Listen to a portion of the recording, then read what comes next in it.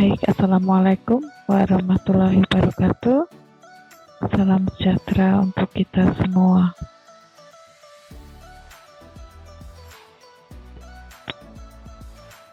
Pada kali ini materinya adalah tentang identifikasi dan penetapan kadar benzoat dalam obat tradisional.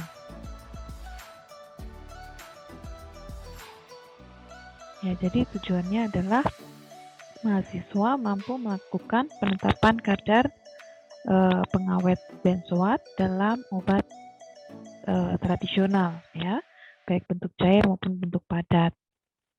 Nah, benzoat ini merupakan salah satu bahan pengawet, ya, di dalam obat tradisional, di mana bisa digunakan dalam bentuk asamnya atau dalam bentuk garamnya. Nah, dalam bentuk garamnya ini terutama pada sediaan-sediaan cair, ya, karena dalam bentuk asamnya, ya, ini asam benzoat dengan struktur ada benzen, kemudian di sini ada karboksilat, ya, maka ini bersifat semipolar, ya, kurang larut dalam air, ya, kelarutan dalam airnya kurang. Nah, tetapi pada saat dalam bentuk garam Na, ya, benzen kemudian CONA dalam bentuk garamnya, maka kelarutan di dalam air akan semakin meningkat, ya. Jadi kalau bentuk sediaan cair, ya, pasti yang digunakan adalah dalam bentuk garam Na. Nah, bagaimana penggunaan benzoat ini untuk jamu dalam peraturan perundangan yang berlaku? Nah, peraturan yang terbaru, ya, ini masih yang lama, ya, nomor 2 per KB POM 12/2014. Yang terbaru adalah per KB POM nomor 32 tahun 2019, yaitu tentang persyaratan mutu dan keamanan obat tradisional. Tapi isinya kurang lebih sama, ya. Jadi dalam peraturan tersebut disampaikan, ya, dalam lampirannya disampaikan bahwa pengawet, ya, boleh digunakan,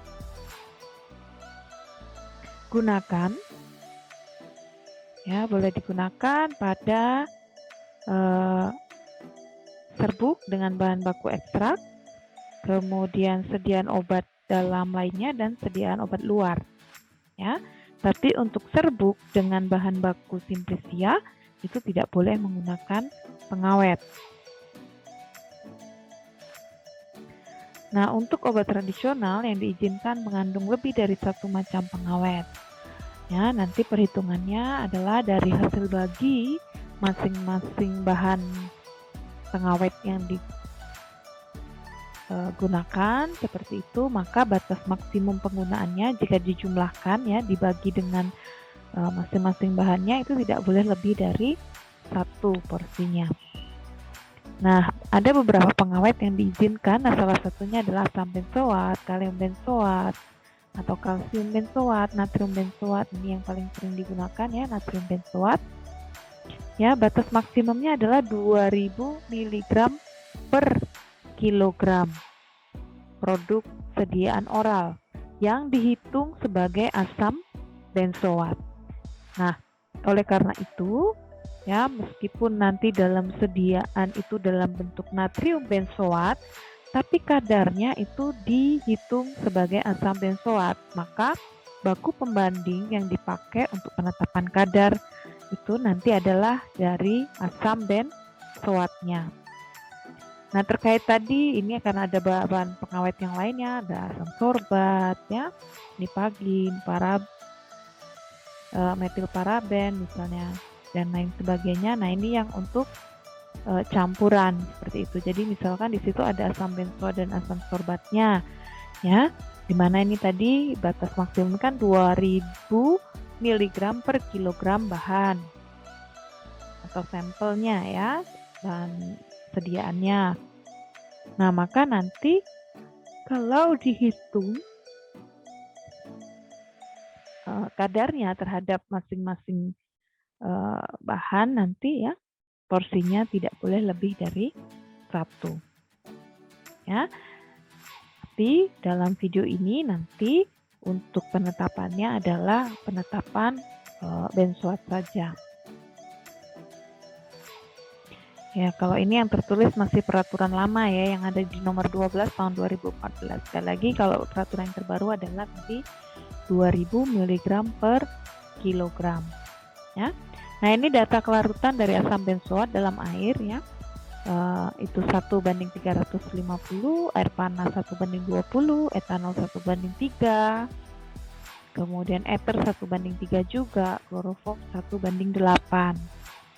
Nah, sedangkan kelarutan natrium benzoat dalam air itu sangat tinggi ya, 1:2. Dari awalnya asam benzoat itu 1:350.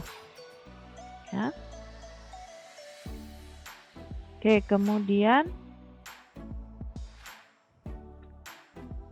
etanol 1:90, kemudian dan tidak larut di ether ataupun kloroform. Nah, ini data spektrum asam benzoat di dalam larutan etanol. Kalau dicek di spektro ya, nilai 1% 1 cm-nya itu adalah 116 pada panjang gelombang 228 nanometer, kalau dalam HCl 229 nanometer, dengan 1% 1 cm-nya 910 ya, lebih tinggi. Kemudian kalau NaOH ya itu 225 ya, 1% 1 cm-nya dengan nilai 665. Ya, jadi data spektro seperti itu sering digambarkan dengan ini ya, ekstinsi ini ya, 1% 1 cm ya. Jadi 1 cm itu menunjukkan lebar kuvetnya ya. 1% itu konsentrasi dari asam benzoatnya ya. Nilai ekstinsinya seperti ini. Nah, ini biasanya menunjukkan lambda maksimalnya ya. Oke, prinsipnya adalah kita harus melakukan ekstraksi terlebih dahulu asam benzoat dari sediaan menggunakan pelarut organik ya yang dibuat suasana asam ya. Kemudian nanti dianalisis dengan KLT dan dengan spektro UV. Nah, kita lihat ini ada prosedur ya. Jadi prosedur kadar benzoat itu berasal dari metode analisis yang dikeluarkan oleh BPOM ya. Biasanya ada kode begitu ya, ada kode pada metode analisisnya. Ini misalnya nomor 35 OT tahun 93, artinya ini dikeluarkan di tahun 93 prosedur ini. Sedangkan yang sediaan cair ini dikeluarkan tahun 89 ya. Dan ini masih cukup banyak digunakan ya di badan POM seperti itu. Nah, ini perbedaannya apa nanti kita lihat. Coba kita lihat untuk sediaan padat katakanlah ya. Jadi timbang 1 dosis cuplikan dengan seksama, kemudian dimasukkan ke Erlen ya. Setelah itu ditambahkan air. Ya, kita tahu tadi kalau ini dia adalah asam benzoat yang ditambahkan, maka kalau dengan hanya ditambahkan air saja ya belum larut. Nah, ini diupayakan dia larut dalam air terlebih dahulu, maka harus dalam suasana basah dengan penambahan NaOH ya, 0,1 N hingga pH 10 ya. Jadi pH 10 ini membuat suasana menjadi basah. Tujuannya apa? Tujuannya adalah asam benzoat tadi ya semuanya nanti bisa larut dalam air karena terbentuk garamnya ya, CONA. Kemudian dilakukan penggojokan selama 30 menit ya. Ini untuk memaksimalkan proses pelarutan ya, pelarutan dari NaOH dari benzoat tadi.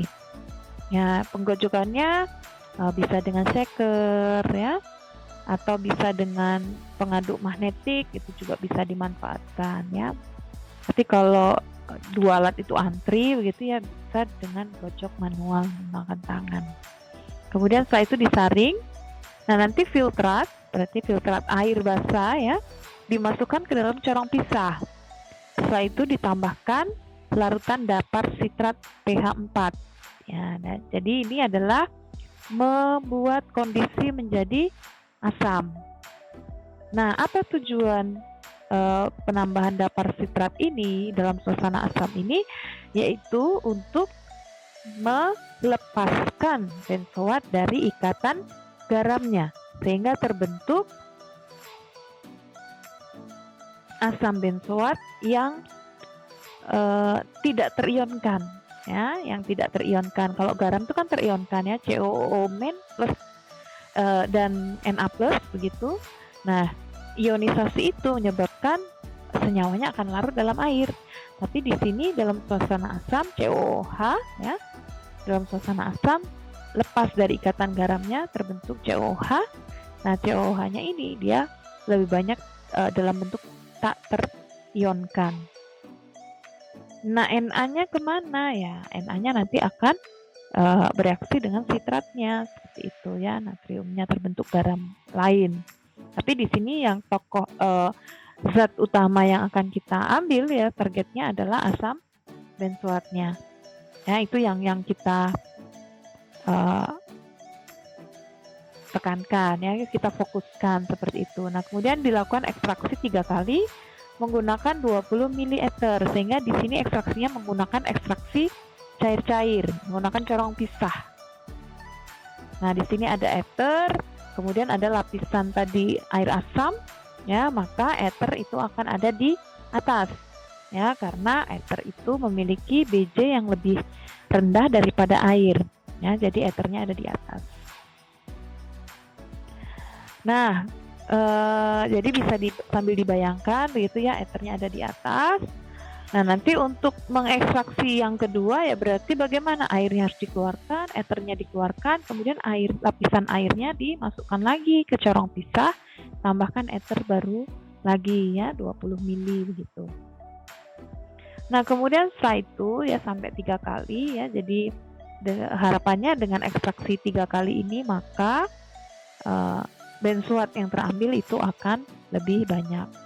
Nah, kemudian diuapkan kumpulan ekstrak ether ya hingga kering ya, diuapkan di water bath ya. Ini menguapkannya tidak boleh menggunakan api langsung karena bisa terjadi kebakaran ya, dengan water bath. Kemudian nanti ada residu. Nah, residunya dilarutkan kuantitatif karena nanti ini kita kan mau penetapan kadar ya, dengan kuantitatif menggunakan etanol 5 ml. Ya. Nah, itu untuk yang sediaan padat. Nah, jadi kenapa sih kok perlu dilakukan ekstraksi cair-cair gitu ya? Apa pakai etanol aja nggak bisa gitu ya? Bisa ya. Sebenarnya sampel awal dilarutkan dengan etanol begitu bisa saja. Tetapi ya, nanti komponen yang ada di jamu itu akan banyak yang terikut juga. Ya, itu kalau langsung diekstraksi menggunakan etanol. Nah, sehingga di sini dilakukan ekstraksi yang ada tahapannya begitu ya, untuk menarik benzoatnya ya, supaya mengeliminasi senyawa-senyawa lain yang terikut. Ya. Jadi misalkan ya, tadi pakai air, apakah hanya benzoat saja? Tidak, ya. Senyawa-senyawa yang bisa berasal dari tanaman yang bisa bereaksi dengan NOH ya, senyawa fenol seperti itu bisa saja. Ya, bisa saja terikut gitu ya. Kemudian air bisa menarik glikosida seperti itu. Ya, tetapi di sini senyawa nonpolar yang lain itu relatif banyak yang tidak terikut begitu ya, makanya digunakan air ya. Jadi air hanya bisa menarik senyawa-senyawa polar dari tanaman saja begitu. Sedangkan yang nonpolar tidak, kecuali yang dia mungkin nonpolar tetapi atau lebih nonpolar tapi dengan NaOH dia bisa bereaksi, tadi contohnya senyawa fenolik begitu, itu masih bisa terikut. Nah, tapi untuk tahapan berikutnya ada ekstraksi ECC ini dengan uh, tambahan ether ini begitu ya. Nah, di sini misalkan di sini ada glikosida seperti itu ya, glikosida. Maka ya glikosidanya akan tetap ada di air. Ya, tertinggal di air ya, tidak akan terikut di ether. Ya, apakah kemudian dengan cara ini berarti nanti murni hanya benzoat saja ya? Tidak ya.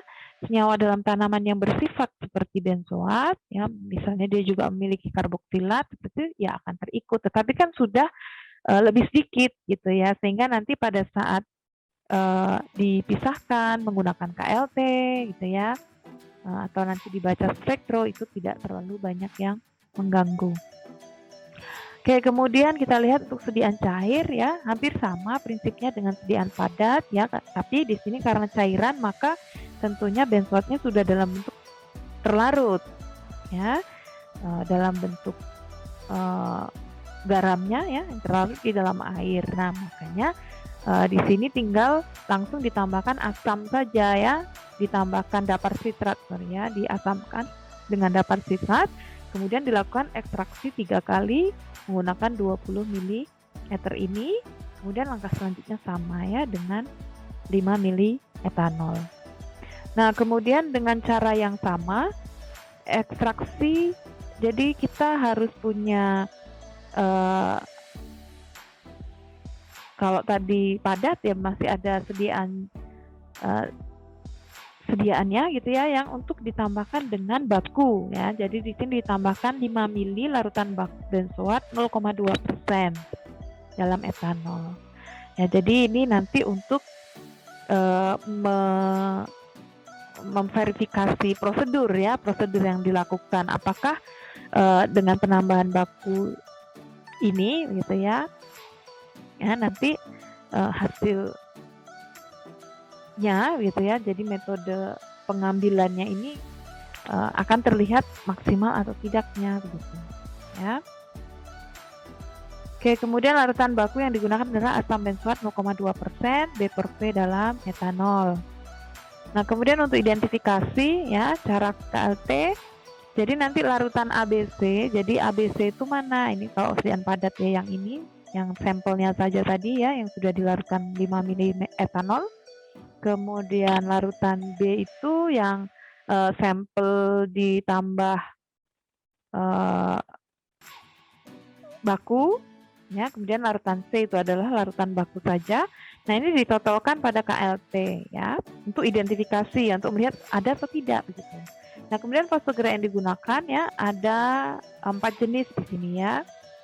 Ya, jadi 4 jenis ini semua dicobakan begitu. Jadi nanti kalau keempat-empatnya itu menunjukkan hasil yang sama, ya itu kan semakin yakin ya, semakin yakin akan hasil yang didapatkan ya. Jadi memang teknik dengan KLT ini ya tidak diperkenankan hanya dengan satu jenis fase gerak saja, karena di sini kan untuk menjat di produk ada enggak gitu ya, produk di pasaran misalkan ya, seandainya Badan POM melakukan pengawasan seperti itu, sehingga diyakinkan dengan beberapa sistem fase gerak. Kalau semuanya menunjukkan hasil positif ya berarti yakin bahwa hasilnya memang ada benzoatnya seperti itu. Tapi kalau empat-empatnya tidak ada ya berarti tidak ada ya. Nah selain itu juga fase gerak ini juga nanti dipilih salah satu yang terbaik yang digunakan untuk penetapan kadar seperti itu ya. Jadi untuk mengorientasi fase gerak juga ya. Kemudian penjenuhan jelas dengan kertas saring. Nah, volume penotolan ini di prosedur aslinya tertulis seperti ini, tetapi kalau ini benar-benar dilakukan ya 15 ml ini terlalu banyak ini ya volumenya ya. Mungkin ada typo gitu ya di prosedur tersebut ya, sehingga nanti tetap ada modifikasi dalam penotolannya. Oke, kemudian penampak bercak itu dengan UV 254 maka akan terjadi peredaman fluoresensi ya. Jelas kenapa peredaman fluoresensi? Ya, senyawa yang bisa bercaknya terjadi peredaman fluoresensi itu adalah senyawa yang memiliki gugus kromofor. Tadi kita lihat bahwa strukturnya itu memiliki benzen ya. Jadi di situ bisa menyerap sinar UV 254 sehingga sebagian UV-nya itu ya sudah diserap oleh senyawanya. Maka indikator fluoresensi yang ada pada lempeng itu sudah tidak kebagian energi. Ya, energi cahaya ya yang terserap sudah semakin sedikit ya sehingga dia tidak bisa mengalami eksitasi yang di mana eksitasinya itu menyebabkan indikator fluoresensinya mengalami fluoresensi ya. Jadi indikatornya tidak mendapatkan cukup sinar UV begitu ya karena sinar UV-nya sudah diserap oleh sampel ya bercak dalam hal ini adalah benzoatnya ya, maka bercaknya akan terjadi peredaman fluoresensi ya. Diingat bahwa prinsip dari KLT itu kan teradsorpsi ya di permukaan seperti itu, sehingga kalau di atas teradsorpsi kan berarti senyawanya atau bercaknya ya, senyawa yang itu ada di atas dari lempeng kan gitu ya, di atasnya lempeng atau di atasnya fase diam yang mengandung indikator fluoresensi. Kemudian bisa disemprot dengan besi 3 klorida 2% B/P, maka akan terjadi bercak berwarna biru. Ya prinsipnya adalah di sini terjadi kompleks ya, jadi kompleks.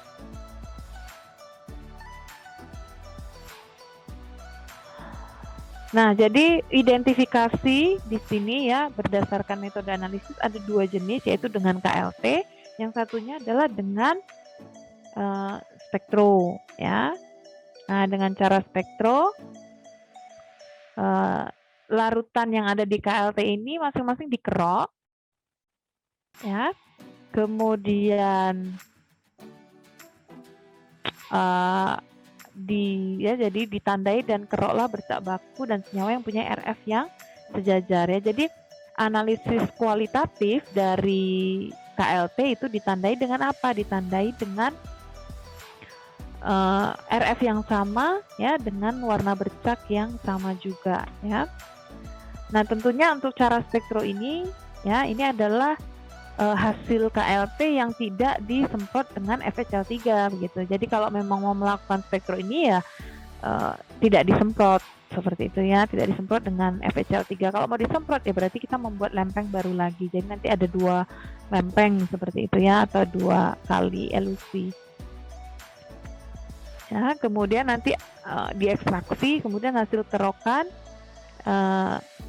di KLT-nya itu nanti dikerok, kemudian setelah dikerok nanti dilarutkan ya di sini dengan metanol ya, metanol atau etanol bisa ya, tapi kelarutan metanol tentunya lebih tinggi ya benzoatnya. Tapi hati-hati dengan metanol, kadang silika juga bisa larut di metanol. Nah ini yang perlu dicermati ya. Jadi pada saat penyaringan begitu kadang masih agak keruh gitu ya, terlihat keruh.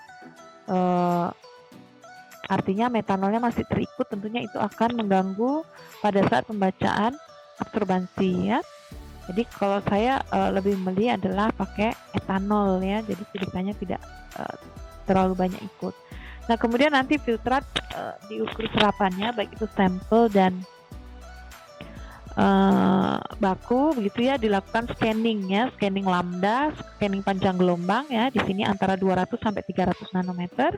Kemudian asam benzoat nanti akan memberikan serapan maksimum di area sekitar 227 nanometer ya. Jadi di sini cara spektro UV untuk melihat atau mengidentifikasi itu adalah dari kesamaan spektrum serapannya, kesamaan pola spektrum serapannya, lambda max-nya hampir berdekatan antara spektrum serapan baku dan sampel ya. Kemudian setelah itu adalah penetapan kadar ya. Dengan penetapan kadar ini tentunya yang dengan spektro ini ya, jadi tinggal di ukur absorbansinya ya. Nanti dari absorbansinya itu ini dengan teknik one point method begitu ya. Tentunya syarat dari one point method itu adalah absorbansi uji dan absorbansi baku itu harus berdekatan ya. Kalau sangat jauh begitu maka itu tidak diperkenankan ya. Nah ini kalau persen B per B ya, AU per AB kali KP kali VTB per VTU. Ya ini volume penotolan pada KLT-nya ya, kalau sama ya berarti sama begitu ya. Kemudian dikali VEU per bobot sampel awal gitu ya, dikali faktor pengenceran jika ada, kali 100%. Nah, perhatikan dicermati satuan gitu ya. Cermati satuannya. Kemudian di sini kadar persen B per V itu AU per AB dikali konsentrasi larutan baku ya dalam satuan gram per mili aja amannya. Kemudian VTB per VTU ya, volume penotolan di lempeng ya. Sebenarnya ini mikro pun bisa ya, karena ini kan sama satuannya. Kalau ini mikroliter pun itu masih hasilnya masih akan benar begitu ya. Tapi ya nanti dicek lagi begitu ya, dicek lagi kesamaan satuannya, kemudian dikali F dikali 100% ya.